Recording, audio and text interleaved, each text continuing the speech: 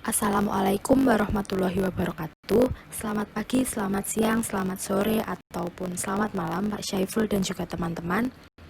Pada kesempatan kali ini, kami dari kelompok 9 akan mempresentasikan hasil diskusi kami mengenai antimicrobial preservative atau yang biasa disebut dengan uji efektivitas pengawet pada formulasi sediaan.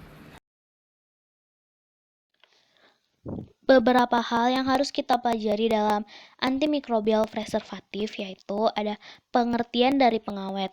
Pengawet adalah zat yang ditambahkan pada sediaan non-steril untuk melindungi sediaan terhadap pertumbuhan mikroba yang ada, ataupun mikroba yang masuknya secara tidak sengaja selama ataupun sesudah proses produksi. Dalam sediaan steril dosis ganda, pengawet ditambahkan untuk menghambat pertumbuhan mikroba yang mungkin masuk pada pengambilan secara berulang. Efektivitas antimikroba juga ditunjukkan untuk semua produk dosis ganda berbasis air pada sediaan topikal, oral, atau sediaan lain seperti tetes mata, telinga, hidung, irigasi, dan cairan dialisis. Yang kedua, semua zat antimikroba yang digunakan pada dasarnya itu bersifat toksik. Untuk melindungi konsumen secara maksimum, kadar pengawet yang efektif dalam kemasan akhir produk hendaknya di bawah tingkat toksik bagi manusia berdasarkan dosis obat yang dianjurkan. Kadar pengawet yang ditambahkan dapat dikurangi apabila bahan aktif dalam formulasi secara intrinsik mempunyai aktivitas antimikroba. Untuk semua produk injeksi dosis ganda atau produk lain yang mengandung pengawet harus menunjukkan adanya efektivitas antimikroba, baik sebagai sifat bawaan dalam produk maupun yang dibuat dengan penambahan pengawet. Selanjutnya, pengawet tidak boleh digunakan sebagai pengganti cairan produksi yang semata-mata untuk menurunkan populasi viabel dari produksi tidak steril atau mengontrol bioburden pada pra-sterilisasi dari formulasi sediaan dosis ganda pada waktu diproduksi. Kemudian, pengawet dalam suatu sediaan harus tepat baik jenis maupun dosisnya. Penggunaan pengawet dalam suatu sediaan harus tepat, baik jenis maupun dosisnya, yaitu suatu bahan pengawet mungkin efektif dalam mengawetkan suatu produk tertentu, tetapi tidak efektif untuk mengawetkan produk lainnya, karena suatu produk mempunyai sifat yang berbeda-beda, sehingga mikroba perusak yang akan dihambat pertumbuhannya juga berbeda. Kemudian, tujuan dari uji efektivitas pengawet ini adalah untuk menunjukkan efektivitas pengawet antimikroba yang ditambahkan pada sediaan dengan dasar atau bahan pembawa air yang dicantumkan pada etiket.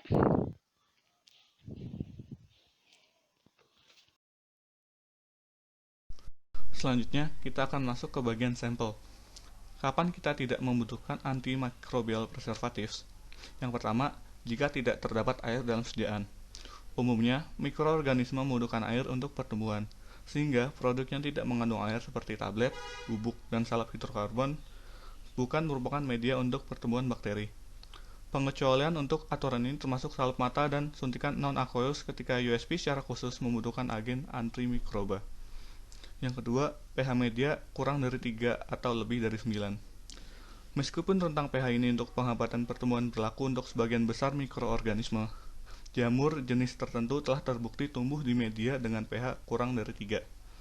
Yang ketiga, bahan yang memiliki sifat antimikroba sudah terdapat dalam formulasi. Antimicrobial preservatives dikontraindikasikan terhadap yang pertama, neonatus. Kedua, larutan mata yang ditunjukkan untuk digunakan pada mata selama operasi mata dengan non-intracorneas atau untuk injeksi intraokular. Yang ketiga, sediaan parenteral dengan volume lebih dari 30 ml. Sifat preservatif yang ideal. Yang pertama, efektif pada konsentrasi rendah, tidak beracun, dan mampu menghambat berbagai macam organisme. Yang kedua, stabil secara kimiawi dalam kondisi penggunaan normal pada kisaran pH dan suhu yang luas. 3. Dapat larut. 4. Kompatibel dengan berbagai macam obat dan eksipien. 5. Bebas dari bau, rasa, dan warna yang tidak menyenangkan. 6. Tidak reaktif, tidak menyerap, menembus, atau berinteraksi dengan wadah atau penutup. Berikut merupakan contoh antimicrobial preservatif. Untuk uji efektivitas preservatif, digunakan kelima mikroba tersebut. Kelima mikroba tersebut paling sering mencemari lingkungan, sehingga jika produk kita ada cemaran, bisa jadi salah satunya adalah mikroba tersebut. Media dan persiapan inokula. Seluruh media yang digunakan untuk pengujian harus diuji fertilitas. Gunakan mikroba seperti yang tertera pada slide mikroba uji. Persiapan sebelum pengujian, inokulasikan masing-masing mikroba spesifik dari stok-stok biakan segar pada permukaan agar yang sesuai. Berikut merupakan tabel mikroba dengan media yang sesuai. Selanjutnya yaitu prosedur uji efektivitas pengawet. Untuk sediaan kategori 1 yaitu seperti sediaan injeksi, sediaan parentral, emulsi, sediaan tetes telinga, sediaan tetes hidung, dan sediaan optalmik yang dibuat dengan dasar atau pembawa air. Nah, untuk prosedurnya yaitu dengan mengambil 5 sampel sediaan steril yang sudah memenuhi syarat volume terpindahkan. Nah, setelah diambil 5 sampel tersebut, kita inokulasi tiap wadah dengan satu inokula atau bakteri baku yang mengandung kadar 1 kali 10 pangkat 5 sampai 1 kali 10 pangkat 6 koloni per mililiter dengan volume sebesar 0,5% sampai 1% dari volume sediaan yang akan kita uji. Nah, setelah diinokulasi tersebut, sampel sudah mengandung mikroba sebesar 1 kali 10 pangkat 5 sampai 1 kali 10 pangkat 6 koloni per mili. Nah, kadar mikroba yang akan diuji ditambahkan pada sediaan seperti halnya kadar akhir sediaan uji setelah diinokulasi. Jadi kadar mikroba yang akan diinokulasi tersebut sama seperti kadar yang sudah diinokulasi kesediaan. Kemudian setelah sampel diinokulasi, kemudian kita inkubasi pada suhu 22,5 derajat plus minus 2,5 derajat Celcius.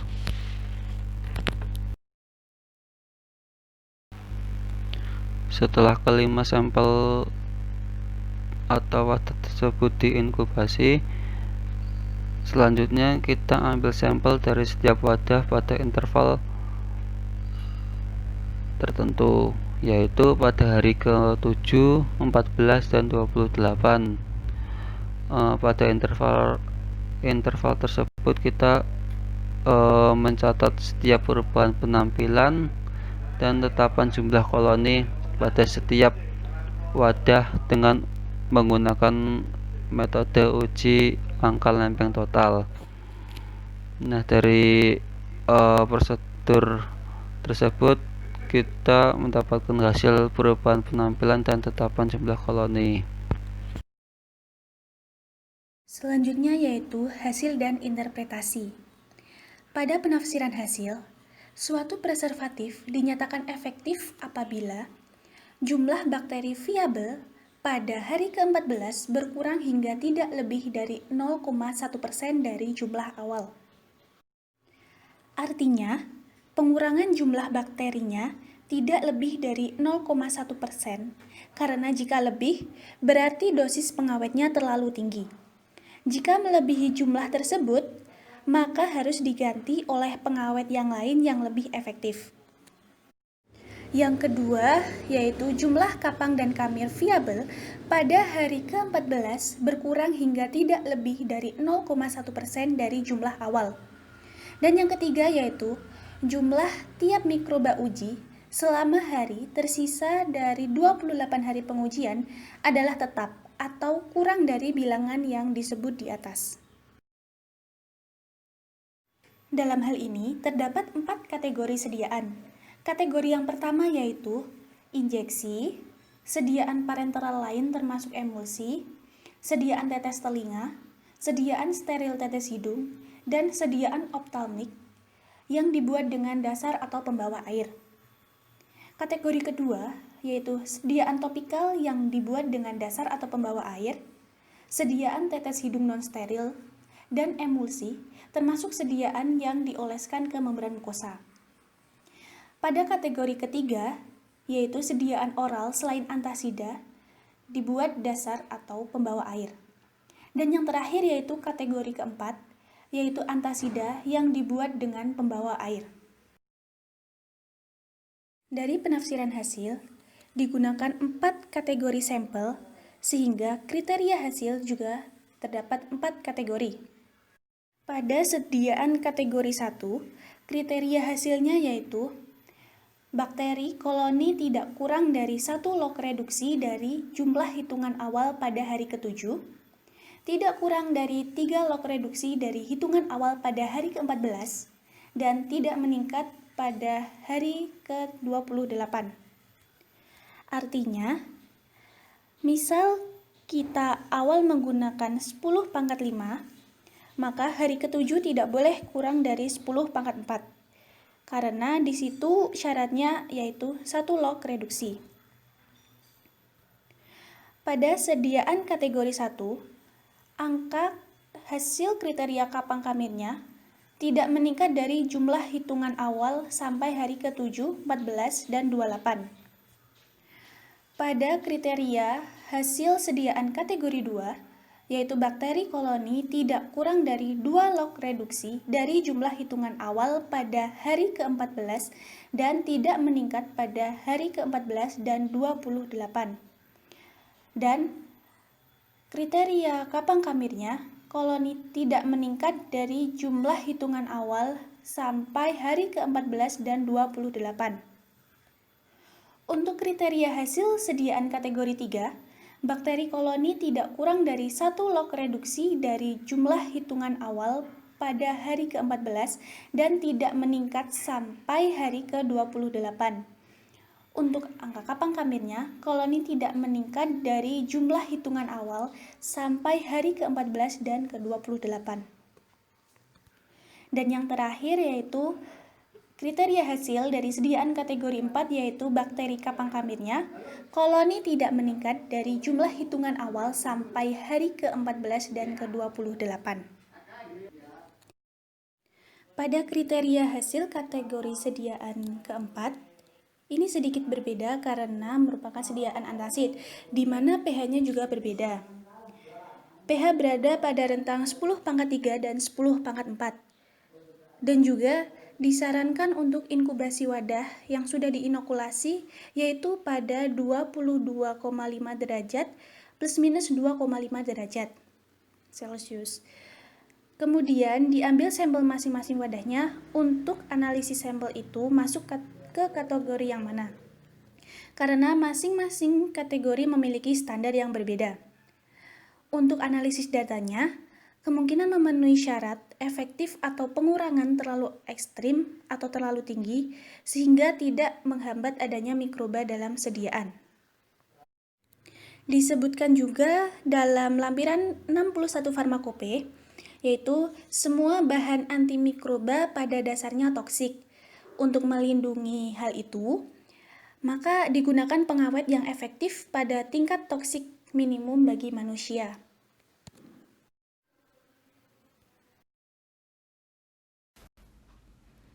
Berikutnya adalah implementasi dari uji efektivitas pengawet. Dan dalam hal ini kami mengambil uji efektivitas pengawet dari sediaan obat batuk. Bahan-bahan yang digunakan adalah obat batuk, media soybean kasein diges agar, media sabordextrose agar, dan juga mikroba uji. Langkah-langkah yang dilakukan untuk pengujian ini, yang pertama dilakukan penyiapan mikroba uji.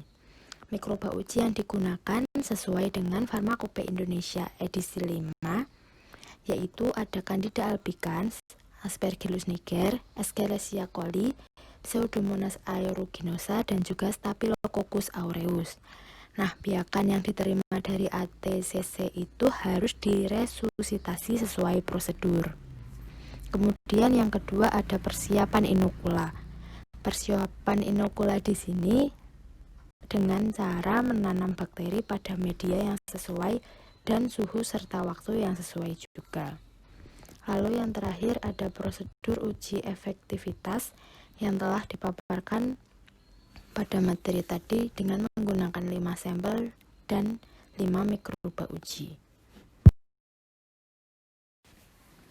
Lalu didapatkan hasil yang sesuai pada tabel yang tertera. Obat batuk di sini termasuk kategori 3. Kenapa? Karena obat batuk adalah sediaan oral selain antasid yang dibuat dengan dasar atau pembawa air. Kita ingat-ingat lagi tentang kriteria untuk mikroba uji pada sediaan kategori 3. Pada kelompok bakteri, persyaratannya yaitu koloni tidak kurang dari 1 log reduksi dari jumlah hitungan awal pada hari ke-14 dan tidak meningkat sampai hari ke-28. Dari persyaratan yang telah dipaparkan tadi bahwa bakteri pada hari ke-14 tidak kurang dari 1 log reduksi dari jumlah hitungan awal, maka perhitungannya adalah 1 log 1 kali 10 pangkat 6 sama dengan 6. 10 pangkat 6 atau 1 juta di sini dari hitungan awal yang didapat, maka dengan penambahan pengawet hanya boleh menurunkan jumlah koloni sebanyak 6 koloni. Jadi pada hari ke-14 koloni harus di atas 999, 994. Dan pada hasil jumlah koloni hari ke-14 yang didapat adalah 230.000 atau 2,3 kali 10 pangkat 5. Untuk persyaratan hari ke-28 tidak meningkat. Pada hasil dalam tabel, jumlah koloni hari ke-28 yaitu 140.000 atau 1,4 kali 10 pangkat 5. Jadi koloni yang didapat tidak mengalami peningkatan.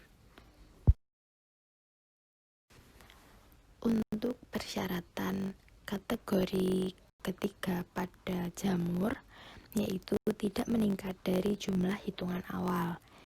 Nah, pada tabel hasil didapatkan bahwa jumlah koloni yang didapatkan pada hari ke-14 yaitu sebanyak 102. Maka hasil ini dikatakan mengalami peningkatan, dan pada hari ke-28 tidak mengalami peningkatan. Jadi untuk kesimpulannya, sediaan obat batuk ini tidak memenuhi syarat, sehingga pengawet yang digunakan tidak efektif. Cukup sekian yang dapat kami sampaikan. Apabila masih terdapat beberapa kesalahan atau banyak kesalahan, kami mohon maaf. Terima kasih. Wassalamualaikum warahmatullahi wabarakatuh.